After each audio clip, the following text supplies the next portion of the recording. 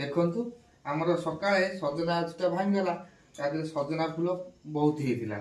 ଆଉ ସଜନା ଫୁଲକୁ ଆମେ ରଖିଲୁ, କ'ଣ କରିବୁ ଚିନ୍ତା କରି ହଠାତ୍ ଆମେ ଗୋଟେ କାମ କଲୁ, ସଜନା ଫୁଲରେ ପିଆଜି ତିଆରି କରୁଛୁ। ଦେଖନ୍ତୁ ଗୋଟେ ୟୁନିକ୍ ରେସିପି ଆମର ତିଆରି ହେଇଛି।